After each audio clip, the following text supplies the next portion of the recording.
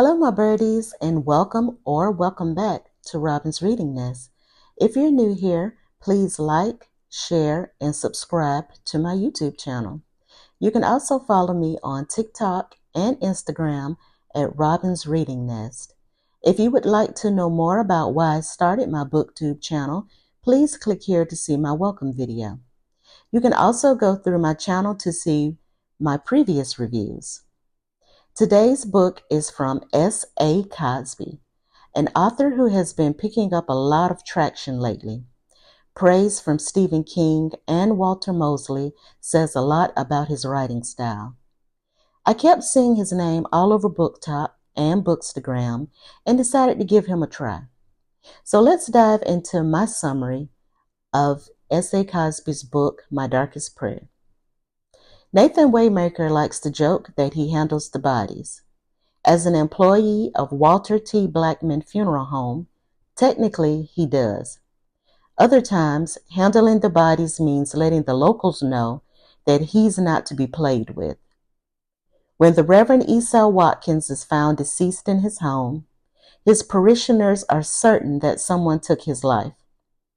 When their concerns fall on deaf ears at the local sheriff's office, Nathan becomes New Hope Baptist Church's only hope of getting answers.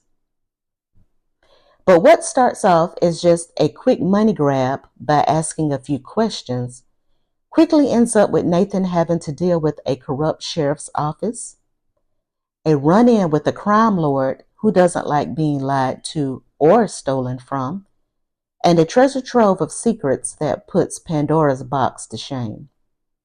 Will Nathan solve the mystery of the Reverend Esau's death, or will he become the next honoree at his cousin's funeral home?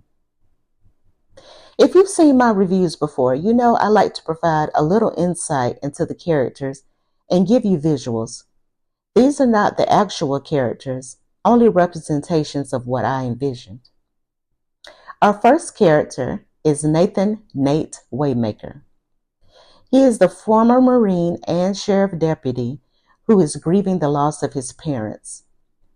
He believes that the sheriff's department is corrupted after evidence of his parents' tragic accident mysteriously disappeared.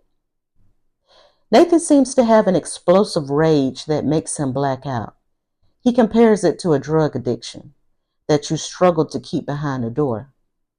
When he unleashes that rage, the person or persons on the receiving end do not fare well.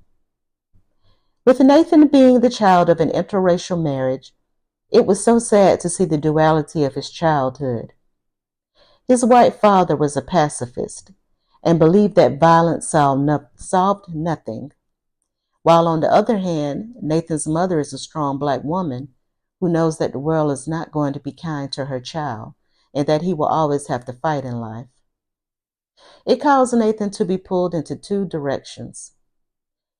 The hate for his parents' marriage causes Nathan to lose them both too soon. Our next character is the Reverend Esau Watkins. He is a former drug dealer who went by the name of E-Money. He turned into a reverend who found the Lord and founded the New Hope Baptist Church. A lot of the congregants relate to him because the majority also turned to the Lord late in life. He told his daughter that the church was the best hustle he had gotten into, even better than the drug game. Lisa Watkins left after the death of her mother and wants nothing to do with her father. After the abhorrent childhood she had, she now has a career as an adult film actress and goes by the name of Cat Noir. Instead of doing the preparations for her father's funeral, she leaves it all up to the parishioners of New Hope Baptist Church. Victor Culler, deputy with the Queens County Sheriff's Office.